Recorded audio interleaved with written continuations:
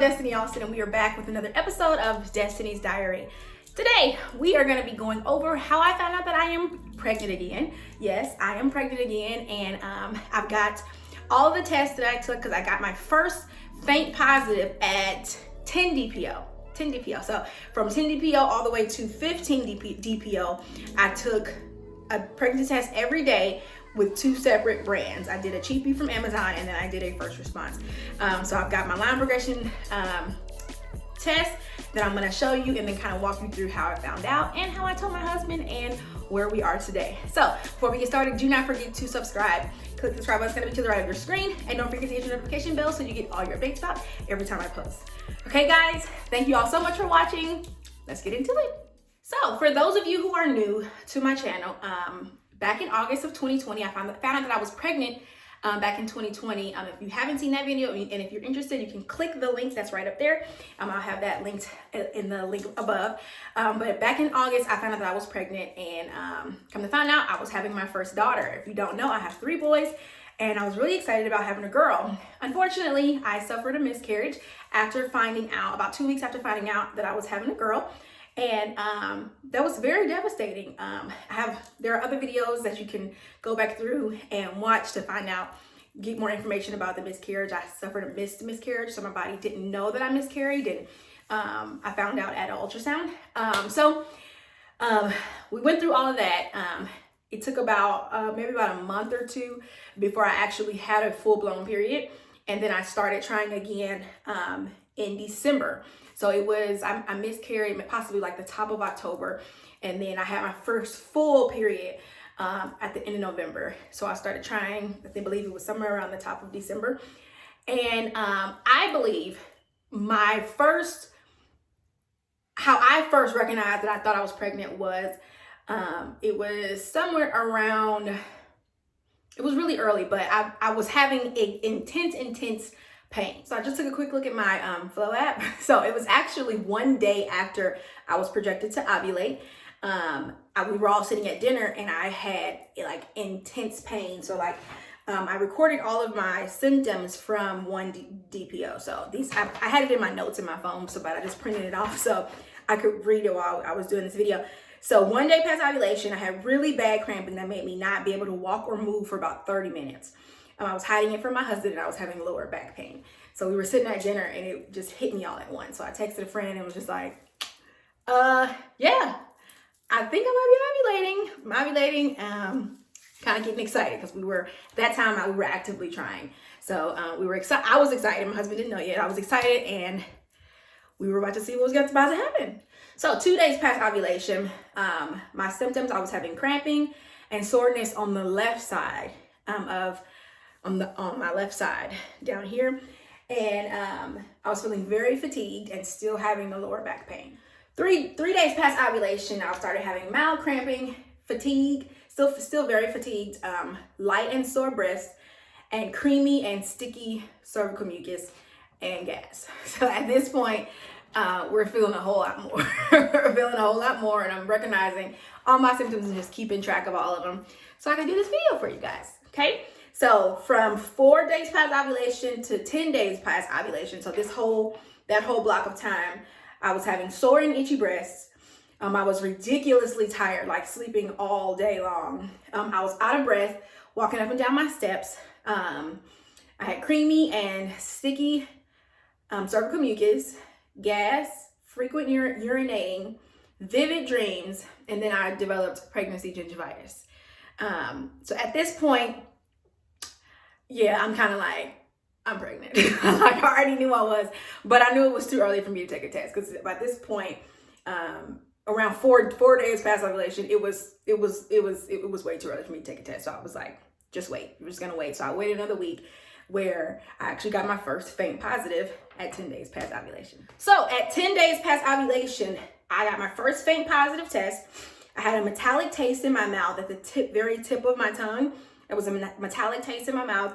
I was smelling very clearly, still had a lot of gas, frequent urinating, vivid dreams, and still the pregnancy gingivitis. So the only thing that had changed by 10 days past ovulation was the metallic taste in my mouth, and my my sense of smell had heightened a lot. Like my son was upstairs and I knew he boo-boo. So I was like, yeah. So I took the test on the 10 days past ovulation, and I got my first thing positive. So let's take a look at the lines, and you tell me what you think. So these are the Amazon pregnancy test strips. You can get like a pack of 50 for maybe like what, $7 or something like that. They're really not expensive at all. And I'm sorry for all of the ink everywhere, but at this time I was trying to keep it a secret from my husband. So like I would come in and urinate on it and hurry up and have to tape it down, and you know, the ink was getting everywhere. It was mixing in with the urine, so it was a lot. So sorry about all this, but I tried to keep it as clean as I could, and so you can see the lines. So the first two ones, I know there's a little bit of ink here, but this is where I got my first faint positive. I know you can't see it, but whatever. And then you can kind of see that, because I took the first one at 1 p.m. and the second one at 11 p.m. at night, and it got a little darker. And then the third one is 11 days past ovulation at 8 a.m. And then this one also is 11 days past ovulation at 4 p.m. And then this is 11 days past ovulation at 8:30 p.m. And you can see from all these three that they each got darker as the time went on. And then this one is 12 DPO at 8 a.m. This one is 13 DPO at 9 a.m. This one is 14 DPO at 8 a.m. This one is 15 DPO at 9 a.m. And at this point, obviously I know I'm pregnant, but I just kept taking them just because I was excited. So this is 16 DPO at 11 p.m., 7 DPO at 10 a.m., and then at 22 days past ovulation at 9 a.m. And obviously this bottom one is the darkest one. So you can definitely see the line progression as the days went on and as the time went on. Okay, so now I also was testing with the first response, and I did get one clear blue digital. So if we go back up to the 10 DPO, I don't know what all this is in here, but it was a very, very light positive. I highly doubt if you'll be able to see it on there, but that was at 11 p.m. And then the next one is the 11 DPO at 8 a.m. The next one is 11 DPO at 4 p.m. Then this one is 11 DPO at 4 p.m. That's when I got my first positive on a digital. And then this one's 11 DPO at 8:30 p.m. This is 12 DPO at 8 a.m. 12 DPO at 11:55 p.m. 13 DPO at 9 a.m. 14 DPO at 8 a.m. and 15 DPO at 9 a.m. And this was the day that I actually missed my period. So you can definitely see the line progression as well. It gets lighter and lighter and lighter as you go up. And I think you can see it on the first one. But again, just a strong line progression. And after a miscarriage, this made me really, really happy to see that it got darker. So where are we now? So after I officially missed my period and found out everything was positive and everything was great, I decided to tell my husband. This was actually the week of Christmas when I actually confirmed everything. It was the week of Christmas. So we told him as a Christmas present. He was really, really excited. If you follow me on Instagram or on Facebook, you can definitely go and find that video. I posted that on my Facebook page, how I told my husband and my children. Everybody's really excited. So obviously at this point, I decided to announce on Christmas Day, and that definitely was a back and forth decision for me. Why, you ask? If you have not been following me, again, I had a miscarriage 2 months before I conceived again, and that was a very traumatic experience for me. So of course I had a lot of people talking to me, my family, friends, people telling me, just wait, just wait till you're out of your first trimester. Just don't post anything, and all this, because what if you miscarry again, all this stuff or whatever.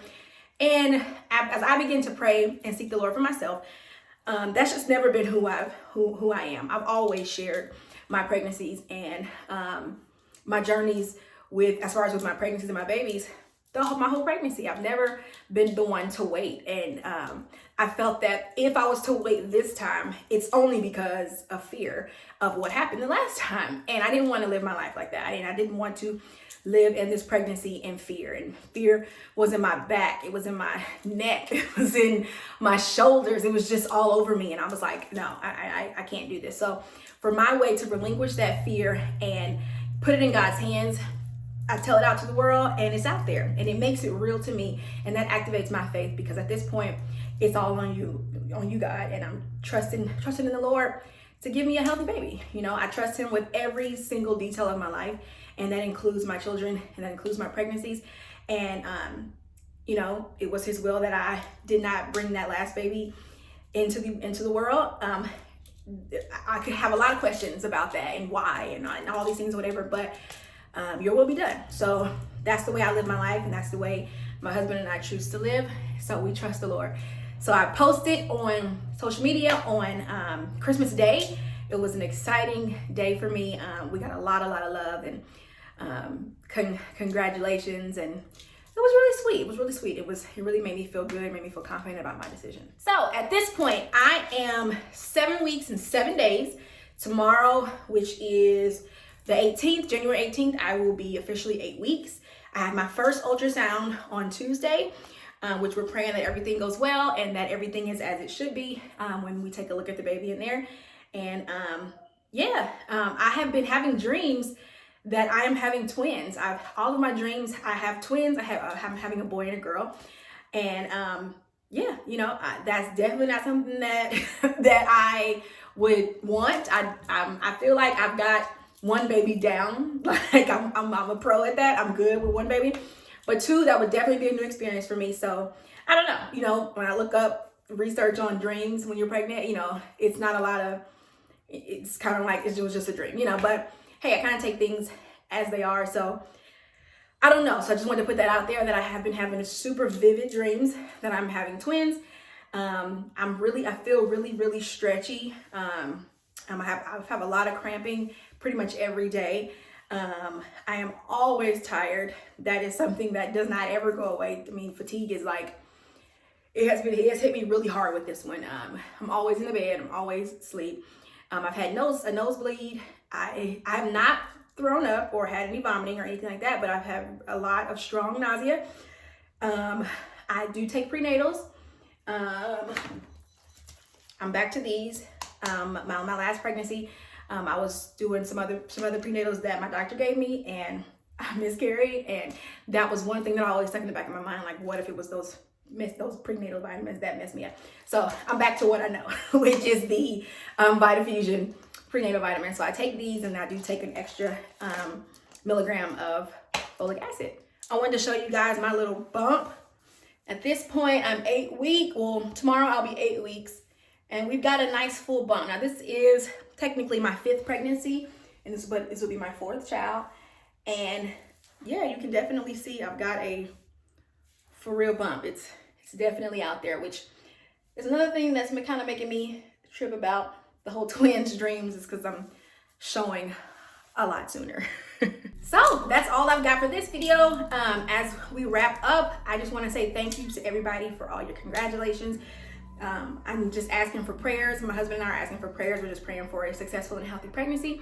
We are going to find out the gender also this week at 8 weeks. So we're really excited about that. Obviously, I would love to have a daughter, but what's more important to me at this point is a healthy baby. So if we could just have a healthy child, I'm happy. So prayers up for a healthy pregnancy and a healthy baby. And we'll be finding out the gender this week, and I'm really excited, and we'll be posting that next week. So thanks so much for watching, guys. Please remember that your kids appreciate you for everything that you do, and a woman who fears the Lord, her children will rise up and call her blessed. Thanks so much, guys. Bye-bye.